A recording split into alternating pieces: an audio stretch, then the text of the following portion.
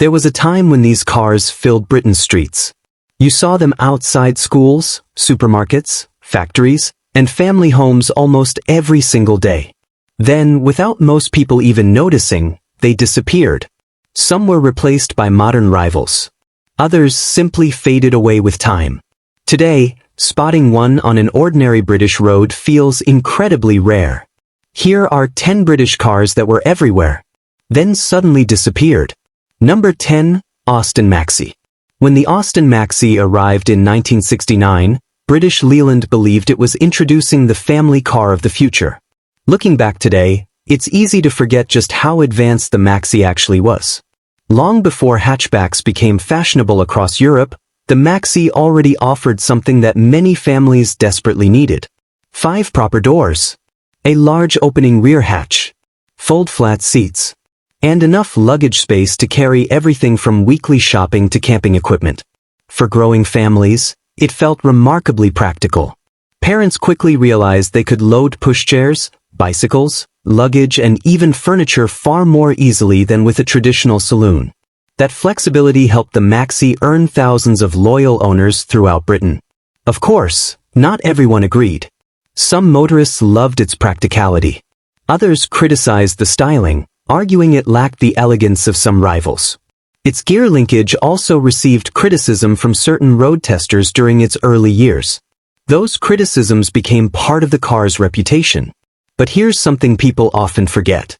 Most ordinary buyers weren't reading magazine road tests every week. They cared about something much simpler. Could it carry the children? Would it start every morning? Could they afford to run it? For many households, the answer to all 3 questions was yes. The Maxi became especially popular with families who wanted one car capable of doing absolutely everything. Monday morning school runs, daily commuting, weekend DIY trips, summer holidays around Britain. It handled them all. Owners also appreciated that servicing remained relatively straightforward, while many local garages already understood British Leland mechanicals. That kept maintenance reasonably affordable for many households. Unfortunately, timing worked against the Maxi.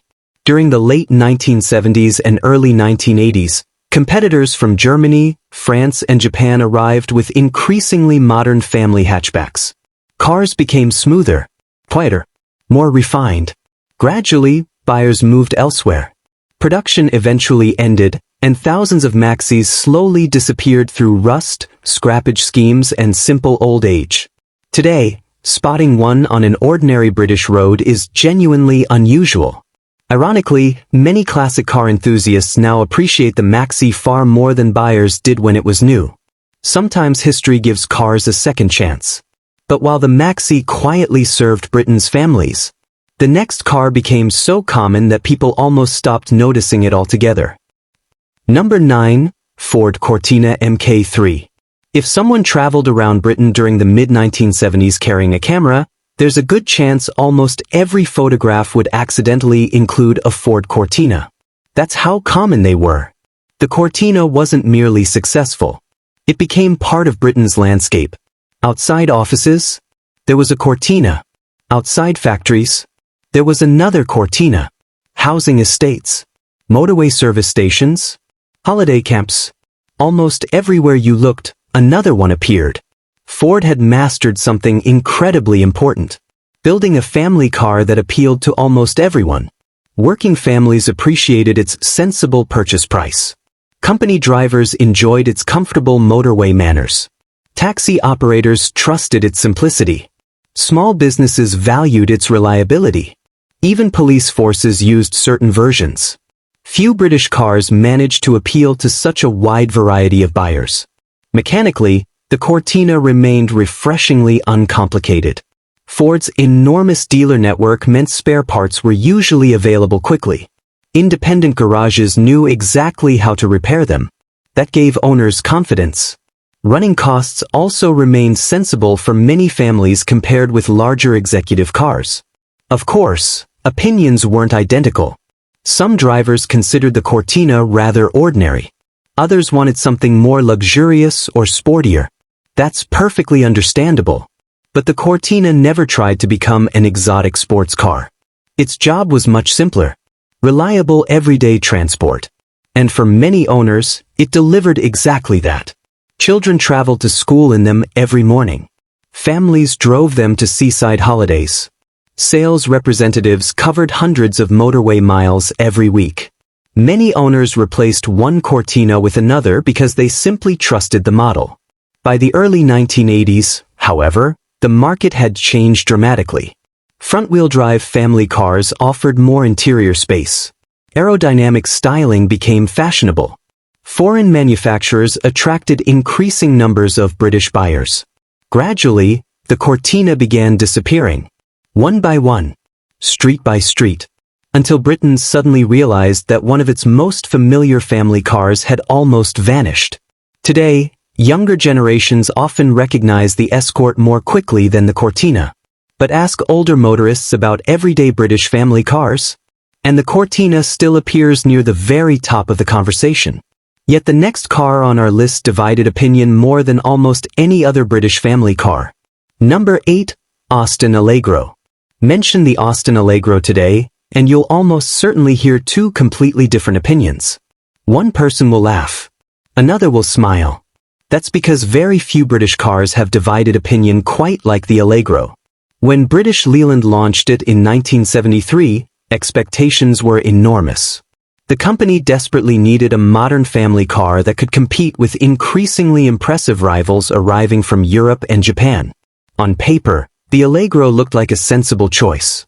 It offered front-wheel drive, comfortable hydrogas suspension, good fuel economy, a roomy cabin, and affordable running costs for ordinary households. For many British families, those advantages mattered far more than magazine headlines. Parents wanted a dependable car for everyday life. Something capable of handling school runs before work, shopping at weekends, family holidays during the summer, and commuting every single day without costing a fortune. Thousands of buyers believed the Allegro offered exactly that. Many owners actually praised its comfortable ride. Britain's roads during the 1970s weren't exactly smooth, and the soft suspension helped make longer journeys surprisingly relaxing. Children often fell asleep in the back during motorway trips because the ride remained gentle compared with many competitors. Mechanically, the Allegro also proved inexpensive for many local garages to maintain. Replacement parts remained widely available throughout much of its life, helping keep ownership costs relatively sensible. Of course, not everyone became a fan. Its styling quickly became controversial. Some people thought it looked modern. Others believed it looked awkward from almost every angle. Even today, enthusiasts continue debating whether the Allegro deserved its reputation. That's worth remembering, because many of the strongest criticisms came from journalists rather than ordinary owners. Thousands of families quietly drove their Allegros for years without ever worrying about what the newspapers thought. To them, it remained reliable family transport. As the 1980s progressed, however, competition became much tougher. Cars from Volkswagen, Ford, Vauxhall, and Japanese manufacturers offered improved refinement, stronger reliability, and fresher styling. Gradually, buyers moved away. Production eventually ended. Rust claimed countless examples. Scrappage schemes removed many more. Before long, one of Britain's most recognizable family cars had almost disappeared. Ironically, surviving Allegros now attract crowds at classic car events because people rarely see them anymore. Sometimes the cars people once laughed at become the ones everyone wants to photograph. But while the Allegro always divided opinion, the next car quietly earned respect simply by getting on with the job. Number 7. Hillman Avenger. The Hillman Avenger never relied on flashy styling or expensive luxury features. Instead, it earned its reputation the old-fashioned way, by working hard every single day. Introduced in 1970, the Avenger arrived at exactly the right moment. British families wanted dependable transport that wouldn't stretch already tight household budgets. Fuel prices mattered. Repair bills mattered. Insurance mattered. The Avenger managed to keep all of those costs reasonably under control for many buyers. Inside, there was enough room for parents, children, and luggage without feeling unnecessarily large. It wasn't an executive saloon pretending to be luxurious. It was an honest family car designed for ordinary life. Weekdays usually meant commuting to work. Weekends meant shopping. School runs happened every morning. Summer holidays meant packing everything into the boot before heading towards Cornwall, Blackpool, or the Lake District. The Avenger handled all of it. Mechanics appreciated another important advantage. Its engineering remained relatively straightforward. That meant servicing usually didn't require specialist equipment, keeping maintenance affordable for many owners. Company fleets also noticed its dependability. Large numbers of Avengers spent years traveling enormous mileages before eventually finding second lives with private families. Many first-time drivers later inherited used Avengers from parents or older relatives. For countless young motorists, the Avenger became the car in which they learned confidence behind the wheel. Of course, like every car on this list, opinions weren't identical. Some owners preferred rivals like the Ford Escort or Vauxhall Chevette. Others experienced reliability problems, particularly if maintenance had been neglected. But many loyal owners still remember the Avenger as dependable, honest transport that rarely complained. Unfortunately, changing ownership within the British motor industry, increasing foreign competition and rapidly changing buyer tastes slowly pushed the Avenger into the background. Production stopped. Numbers declined year after year. Today, spotting one during an ordinary journey feels surprisingly rare. Yet anyone who remembers Britain during the 1970s knows there was once a time when Avengers seemed to be absolutely everywhere. And the next car became even more common. A small family favorite that almost every British town seemed to have in huge numbers. Number 6, Morris Marina. Few British family cars have experienced such a dramatic change in reputation as the Morris Marina. Today, many people remember the jokes. But back in the 1970s, ordinary British families remembered something very different. They remembered seeing them everywhere. British Leland introduced the Marina in 1971 with one simple goal: build an affordable family car that ordinary working people could realistically buy. And for several years, that's exactly what happened. The Marina became one of Britain's best-selling cars. Walk through almost any housing estate during the mid-1970s and chances are several Marinas would be parked outside. Builders drove them. Teachers drove them. Sales representatives drove them. Young families relied on them every single day. It wasn't bought because it was exciting. It was bought because it offered value. Inside, there was enough room for a growing family. The boot handled shopping with ease, while the straightforward mechanical design meant servicing rarely became overly complicated. Many local garages knew the Marina inside and out. Replacement parts remained affordable, something every family appreciated when unexpected repairs appeared. Like every car on this list, however, opinions differed. Some owners genuinely loved their Marina and kept it for years. Others criticized its handling or believed competitors offered better driving experiences. Neither opinion is entirely wrong. It depended greatly on what buyers expected from their family car. If someone wanted affordable transport, the Marina usually delivered exactly that. If they expected sports car handling, disappointment sometimes followed. During the late 1970s and early 1980s, foreign competition improved rapidly. Japanese manufacturers earned strong reputations for reliability, while European rivals introduced increasingly modern designs. Gradually, Marina sales declined. Rust also became the enemy of many surviving examples. Before long, Britain's roads became filled with newer alternatives, and the Marina quietly disappeared. Ironically, because so many were scrapped, surviving Marinas now attract enormous attention wherever they appear. Sometimes rarity changes how history judges a car. But while the Marina quietly served Britain's working families, the next car became one of Britain's most familiar small cars. Number 5, Vauxhall Viva. There was a time when buying a brand new Vauxhall Viva represented a huge achievement for many British families. It wasn't a luxury purchase. It wasn't a status symbol. It simply meant life had become a little easier. Introduced during the 1960s, the Viva quickly established itself as one of Britain's favorite small family cars. Its appeal was remarkably straightforward. affordable purchase price, good fuel economy, simple maintenance, and enough practicality for everyday family life. Young couples often chose the Viva as their very first new car. Parents trusted it for school runs. Retired drivers appreciated its light controls and easy handling. For many households, it offered everything they needed without unnecessary expense. One reason the Viva became so successful was its balance. It wasn't tiny like the Mini, nor was it as large as some traditional family saloons. Instead, it sat comfortably in the middle, giving buyers enough interior space while remaining economical to own. Mechanics also appreciated its straightforward engineering. Routine servicing remained relatively simple, helping owners avoid large repair bills. Many examples stayed with the same family for years before eventually being passed down to sons or daughters learning to drive. For countless young motorists, the Viva became their first taste of independence. Of course, not everyone preferred the Viva. Some buyers remained loyal to Ford. Others preferred British Leyland products. That's completely normal. Choosing a family car has always involved personal preference. But few people questioned the Viva's importance on British roads. It became one of those cars people stopped noticing simply because there were so many of them.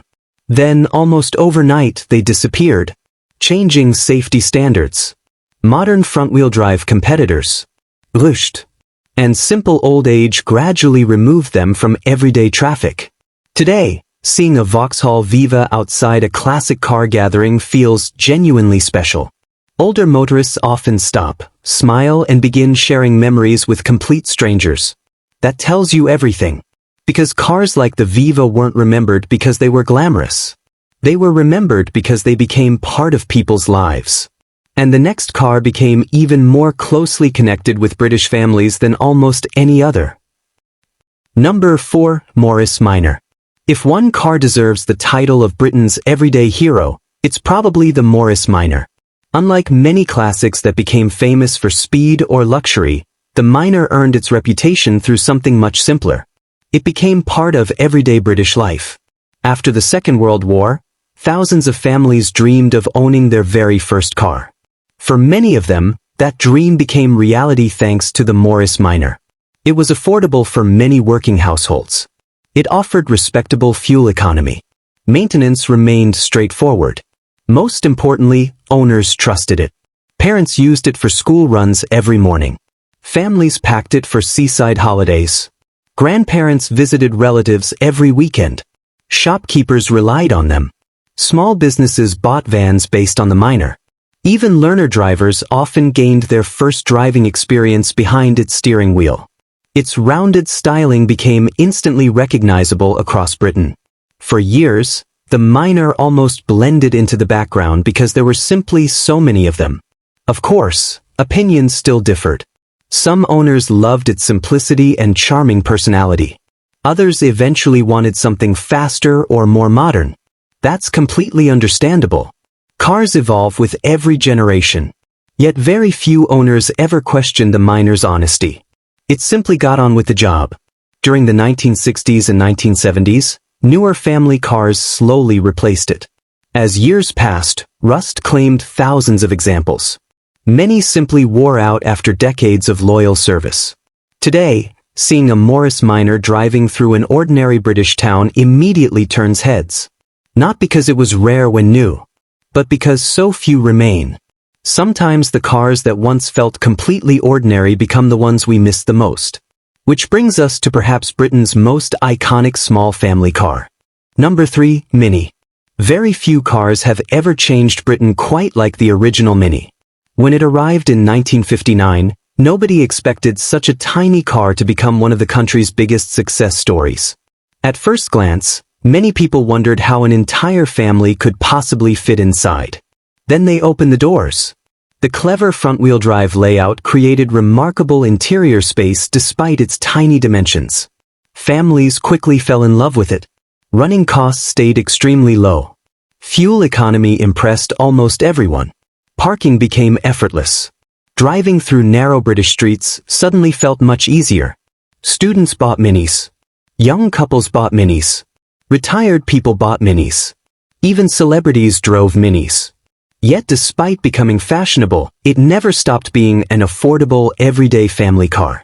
The Mini also developed a reputation for making ordinary journeys surprisingly enjoyable. Its sharp steering and excellent handling made even short drives entertaining. Owners often became emotionally attached to them. Many remained in the same family for years. Others were handed down to sons and daughters learning to drive. Of course, not everyone wanted such a small car. Families needing more luggage space sometimes preferred larger alternatives. That's perfectly reasonable. Different buyers always have different priorities. But nobody can deny the Mini's enormous impact. For years, it seemed impossible to travel anywhere in Britain without seeing several every few minutes. Eventually, however, newer generations arrived. Road safety expectations changed. Modern hatchbacks became larger, quieter, and more refined. Gradually, the original Mini disappeared from everyday traffic. Today, whenever one passes by, people smile almost instantly, because it reminds them of an era when small cars had enormous personalities. Number 2, Ford Escort Mk3. If the Ford Cortina ruled Britain's family driveways, then the Escort Mk3 ruled almost everywhere else.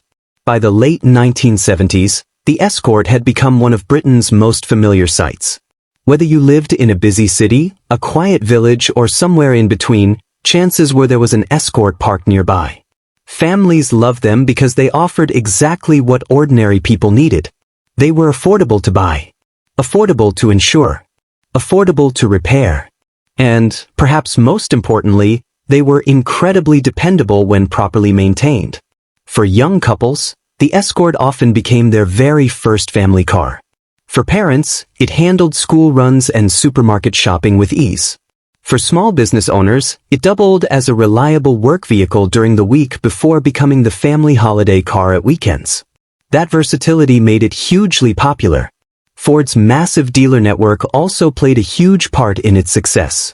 If something went wrong, almost every town had a garage that knew exactly how to fix an Escort. Spare parts were everywhere. Mechanics trusted them. Owners trusted them. Of course, opinions weren't completely one-sided. Some people preferred front-wheel drive rivals that arrived during the 1980s. Others wanted something slightly larger or more luxurious. But very few people questioned the Escort's importance. It became one of Britain's true people's cars. Then came changing safety standards, new emissions regulations, modern hatchbacks, and gradually, the Escort that once dominated British roads slowly disappeared. Today, whenever an Escort Mk3 appears at a classic car show, people of all ages gather around it. Older visitors remember owning one. Younger enthusiasts admire its timeless styling. A car that was once completely ordinary has now become something genuinely special. But one British car disappeared even more dramatically than the Escort. Because for decades, it wasn't just common. It was absolutely everywhere. Number 1, Austin Metro. If there was one British car that seemed to appear absolutely everywhere during the 1980s, it was the Austin Metro. For millions of people, it wasn't just another small hatchback. It was the family car. When British Leyland launched the Metro in 1980, the company desperately needed a success. Competition from Ford, Vauxhall, and the growing wave of reliable Japanese imports was becoming stronger every year. The Metro had enormous pressure on its shoulders. Fortunately, British families responded almost immediately. It was compact enough for crowded British streets, economical enough for families watching every penny, and practical enough to handle everyday life. Parents used it for school runs every morning. Workers drove it to factories, offices, and building sites. Young couples proudly bought one as their first brand new car. Retired drivers appreciated its light steering and easy handling. Before long, the Metro had become one of Britain's best-selling cars. At one point, it genuinely felt as though every street had at least one parked outside. One reason for its popularity was simple affordability. Running costs stayed relatively low, while servicing remained straightforward for most local garages. Replacement parts were easy to find, and many owners discovered the little Metro was cheaper to keep on the road than many larger rivals. Of course, opinions weren't completely unanimous. Some drivers loved its compact size and impressive fuel economy. Others believed rivals from Ford or Japan offered slightly better refinement or reliability. That's perfectly fair. Every family looked for something different in a car. But nobody could deny just how common the Metro became. For nearly 2 decades, it formed part of everyday British life. Then everything changed. The Rover 100 replaced the Metro, safety standards became much stricter, and modern superminus rapidly moved the market forward. Thousands of older Metros disappeared through scrappage schemes, accidents, and rust. Gradually, one of Britain's most familiar cars almost vanished from ordinary roads. Today, seeing a clean Austin Metro driving through a British town feels genuinely special. Older motorists often stop and smile because it reminds them of first jobs, first driving lessons, first family holidays, or simply a time when British-built cars still filled the nation's driveways. The Austin Metro wasn't Britain's fastest car. It wasn't Britain's most luxurious car. But for an entire generation, it was simply part of everyday life. And perhaps that's why so many people still miss it today. These cars weren't forgotten because they failed. Many simply belonged to a different Britain. A Britain of family holidays, Sunday drives, local garages and neighbors who all seemed to own the same cars. Which of these classics do you miss the most? And is there another British car that disappeared from our roads but deserved a place on this list? Let us know in the comments, and don't forget to subscribe to UKTorque for more forgotten stories from Britain's automotive history.